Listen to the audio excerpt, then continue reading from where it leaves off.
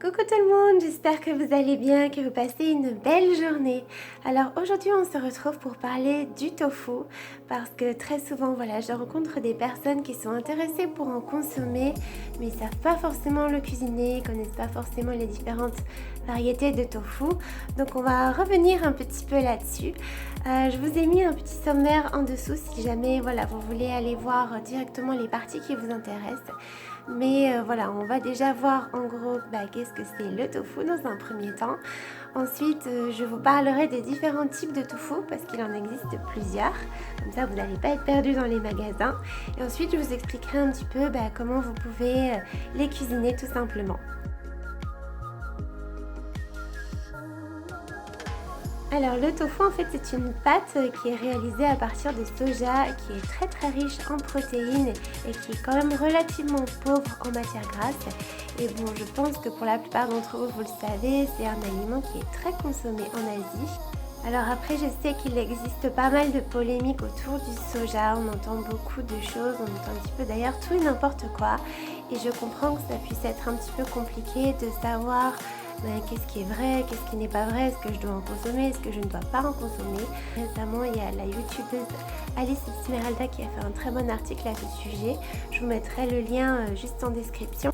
Alors maintenant que vous savez à peu près ce que c'est que le tofu, on va voir quelles sont les différentes variétés. Parce que oui, en fait, il existe différentes variétés et parfois je peux comprendre que quand on ne connaît pas, on peut se retrouver un petit peu perdu entre les différentes appellations.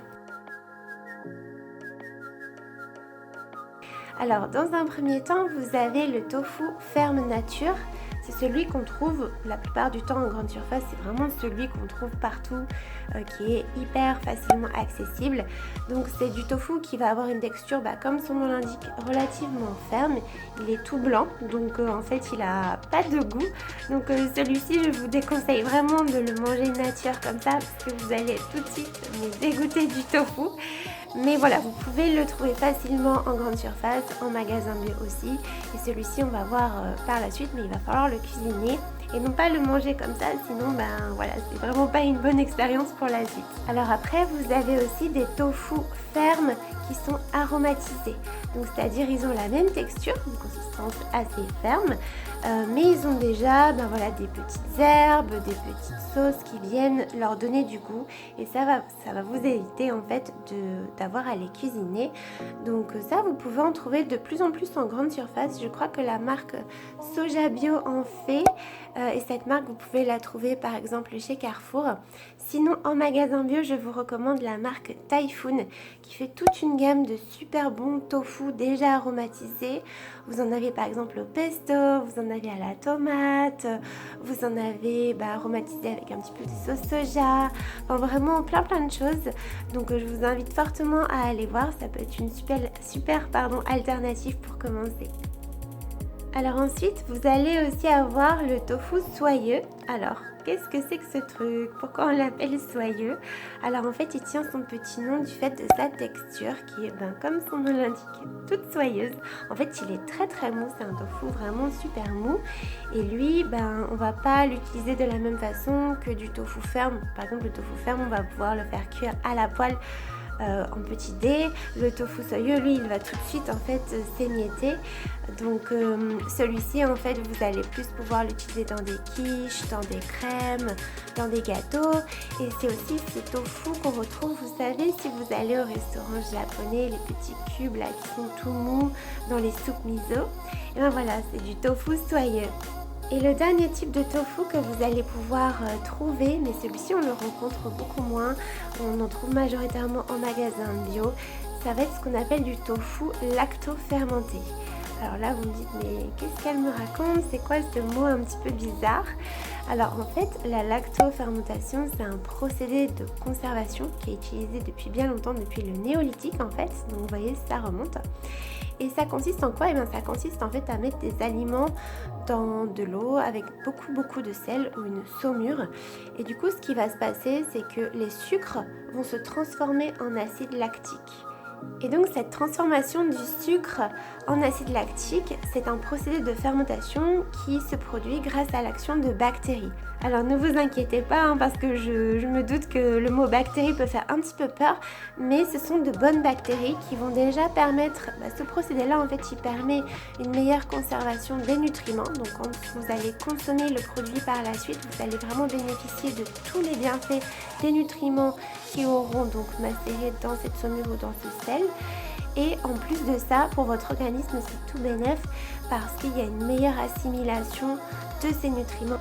Donc après, je ne vais pas rentrer dans les détails de la lactofermentation. Si jamais vraiment ce procédé vous intéresse, dites-le moi dans les commentaires et j'en ferai une vidéo dédiée. Mais en gros, pour faire vraiment très simple, sachez que c'est un procédé qui permet de conserver un maximum de nutriments.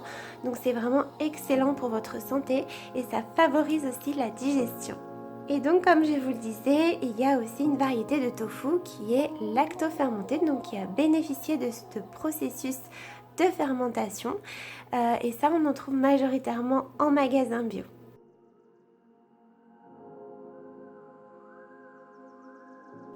Alors maintenant qu'on a vu déjà ce que c'était que le tofu, ensuite les différentes variétés de tofu, maintenant on va voir comment est-ce qu'on peut les consommer, comment est-ce qu'on peut les cuisiner. Alors vous avez vu au début, je vous ai parlé du tofu ferme nature et je vous ai dit de ne surtout pas le consommer comme ça parce qu'en fait ça n'a pas de goût. Donc voilà, vous allez être vite dégoûté du tofu et ce serait dommage parce que c'est vraiment un aliment qui peut avoir un goût délicieux. Il suffit simplement de savoir comment le cuisiner. Donc pour le tofu nature ferme, moi ce que je conseille, c'est soit donc de le couper en petits dés et de mettre un mélange d'épices. En fait, le tofu va simplement venir absorber le mélange que vous allez lui apporter, donc par exemple les épices ou une marinade.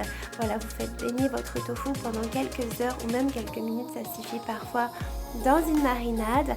Ensuite, vous le faites cuire à la poêle et le tofu va simplement venir absorber ses saveurs et donc vous aurez vraiment quelque chose de très goûteux, de très savoureux.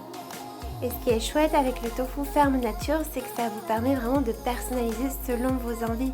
Un jour, voilà, vous pouvez faire une petite marinade avec, je sais pas, du ketchup et le lendemain, vous avez envie de quelque chose de plus asiatique, vous allez prendre de la sauce soja. Donc vous allez pouvoir personnaliser, ajouter les épices, les herbes que vous voulez. Alors si vous choisissez du tofu déjà aromatisé, ce qui est chouette, c'est que ça va vous faire gagner du temps. Si vous ne savez pas forcément comment le cuisiner ou vous n'avez pas forcément trop d'idées, ça peut être une bonne alternative pour commencer. Et puis surtout, ils sont délicieux. Moi, j'en consomme assez régulièrement. Alors ces tofu-là, ce qui est bien, c'est que vous pouvez les consommer crus comme ça, puisqu'ils ont déjà du goût. Vous pouvez les mettre dans des petites salades, par exemple, dans des plats de pâtes aussi, ça marche très bien. Vous pouvez aussi les faire revenir à la poêle avec un petit peu d'huile, ça va les rendre un petit peu croustillants, ça va être sympa. Ou bien au four aussi, bon, moi je le fais moins souvent mais ça peut fonctionner. Et vous avez aussi le fameux tofu fumé, donc qui fait partie de cette catégorie entre guillemets des tofu déjà aromatisés. Celui-ci par exemple, il peut très bien remplacer les lardons dans des quiches ou même dans des pâtes carbonara, ça fonctionne vraiment très bien. Vous le découpez en petites lamelles et puis voilà, vous intégrez ça dans votre préparation de pâtes ou dans vos quiches. C'est vraiment juste excellent. Alors après, le tofu soyeux, donc qui est le deuxième type de tofu dont on a parlé. Celui-ci, c'est ce que je vous disais tout à l'heure, ça va être plus un tofu qu'on utilise donc pour faire des petites crèmes ou si vous voulez faire une quiche par exemple, ça va vraiment donner une texture plutôt moelleuse, plutôt onctueuse ou dans des gâteaux aussi, même des cookies, ça peut très bien servir. Voilà, celui-ci, donc on le consomme pas de la même façon puisqu'il va pas se tenir en fait, il a une texture qui ne se tient absolument pas. Donc voilà, vous pouvez le mixer même avec des fruits, du cacao amer en poudre ou du chocolat pour faire des petites crèmes dessert et en salé, voilà, dans des quiches, ce genre de choses. Il y a énormément de possibilités, mais vous n'aurez pas quelque chose avec une texture plutôt ferme. Là, ça va être quelque chose de plutôt fondant. Moi, par exemple, le tofu soyeux, je l'utilise pour faire des omelettes entre guillemets végétaliennes. Donc voilà, je mets du tofu soyeux, je le mixe avec un petit peu de curcuma, des herbes, etc. Et je rajoute un petit peu de farine de pois chiches. Il y a une recette sur mon blog si jamais vous avez envie de tester. Vous pouvez aller voir, je vous mettrai le lien dans la description de la recette de cette omelette végétalienne. Et là encore, vous pouvez mettre un petit peu ce que vous voulez. Et donc le troisième type de tofu dont on a parlé, c'était le tofu lacto-fermenté. Donc je vous le rappelle, celui-ci qui est excellent pour votre microbiote. Donc le microbiote, c'est donc toutes les bactéries qui se trouvent dans votre intestin. Et voilà, ce tofu-là est excellent pour la santé. Celui-ci, il est recommandé de le consommer cru, puisque si vous le faites cuire, vous allez perdre un petit peu tous ces bienfaits qui ont été préservés par la lactofermentation. Après, vous pouvez tester cuit. Moi, j'ai jamais essayé personnellement. Je trouve que c'est mieux de le consommer cru.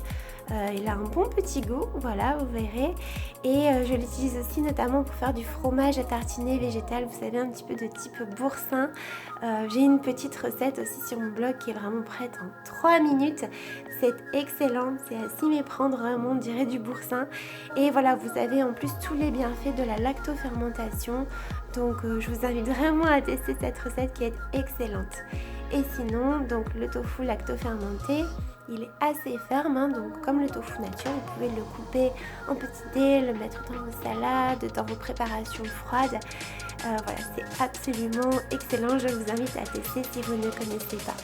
Donc voilà, on a fait grossièrement le tour de ce que c'était le tofu, des différentes variétés de tofu. Comme ça maintenant, quand vous allez aller en magasin, vous allez pouvoir un petit peu mieux vous repérer. Ah, j'ai plus besoin de tofu ferme parce que j'ai envie de me faire une petite marinade, ou bon, j'ai pas trop le temps, je vais prendre du tofu déjà aromatisé. Ou si vous avez envie de tester des gâteaux. Et si par exemple vous avez envie de tester l'omelette végétalienne dont je vous ai parlé tout à l'heure, et bien hop, vous savez directement que vous devez vous orienter plus vers du tofu soyeux, ou si vous voulez vous faire une petite soupe miso, donc la soupe qu'on retrouve dans les restaurants japonais, vous allez pouvoir aussi prendre du tofu soyeux. Alors après, c'est bien beau de savoir tout ça, mais je suis consciente qu'au quotidien c'est pas forcément évident de trouver voilà des idées pour le consommer. Donc si jamais vous êtes en panne d'inspiration, sachez que j'ai un blog où je partage beaucoup de recettes, pas uniquement de tofu, hein, mais toutes mes recettes sont végétaliennes et j'utilise majoritairement des produits bruts, pas de sucre raffiné, donc toujours du sucre naturel. Voilà, j'essaie de privilégier les aliments qui sont bons pour la santé. Et parmi toutes mes recettes, vous allez pouvoir retrouver des recettes de tofu. J'ai notamment des nuggets de tofu qui sont vraiment super faciles à faire. Ça prend 2 secondes et c'est très sympa, ça plaît pas mal aux enfants en général, aux petits comme aux grands, hein, vous me direz, moi j'aime bien aussi m'en faire. Et j'ai aussi une recette de sauce qu'on appelle une sauce teriyaki, donc que l'on peut cuisiner avec le tofu, qui est excellente. Donc ça, vous allez retrouver cette recette sur mon blog. Je vous laisserai tous les liens juste en dessous, comme ça va vous faciliter la tâche. Et j'ai aussi une recette de tempeh, donc ça c'est un autre produit à base de soja. Qui donc est une recette pour les barbecues, un peu plus de tempeh fumé, mais vous pouvez très bien en faire avec du tofu, ça marche très très bien. Et donc ça aussi c'est disponible sur mon blog. Donc si vous n'avez pas d'idée, sincèrement je vous invite à aller voir. Je vous mettrai tous les liens juste en dessous, comme ça vous aurez juste à cliquer. Et puis voilà, ça va peut-être vous inspirer ou donner des idées pour plus tard. Et si jamais vous avez envie d'aller plus loin, sachez que j'ai récemment sorti un e-book avec 30 recettes véganes faciles, saines et gourmandes. Vous avez donc des recettes de petit déjeuner, de snacks sucrés, vous avez des entrées, vous avez des plats et vous avez aussi des desserts, donc vous avez vraiment la totale en fait. Voilà, j'ai essayé de faire quelque chose de très complet. Ce sont des recettes avec des ingrédients simples qui changent aussi de l'ordinaire. Voilà, donc qui vous permettent de vous régaler, de découvrir de nouvelles saveurs. Donc si vous avez envie d'aller plus loin, je vous invite à aller voir. Pareil, je vous mettrai le lien juste en dessous, en sachant que ce e-book est payant, mais je l'ai mis à petit prix pour qu'il soit facilement accessible, donc il coûte 4 €. Voilà, et en vous le procurant, ça m'encourage aussi pour la suite. Et si jamais ça ne vous intéresse pas, vous avez toujours mon blog avec énormément de recettes et vous avez même des petites astuces, des petits conseils sur des produits que j'aime ou voilà, sur l'alimentation générale. Voilà, je pense que j'ai fait le tour. En tout cas, je vous remercie sincèrement d'avoir regardé cette vidéo jusqu'au bout. J'espère de tout cœur que ça vous aura intéressé, que ça vous aura donné des idées, que ça vous aura aussi un petit peu aidé à y voir plus clair au niveau du tofu. Voilà, donc c'est ma première vidéo de ce type face caméra où j'essaie de parler, donc excusez-moi si c'est pas forcément la meilleure. J'essaie de m'y mettre progressivement. N'hésitez pas à me mettre vos retours en commentaire, à me donner vos avis, les points positifs, les points négatifs, et j'en prendrai compte pour mes prochaines vidéos. Voilà, j'ai vraiment envie d'en faire de plus en plus pour vous transmettre des informations et vous aider dans votre quotidien. Voilà, donc sur ce, je vous fais plein de bisous. Surtout, prenez soin de vous, profitez de l'instant présent et à très vite.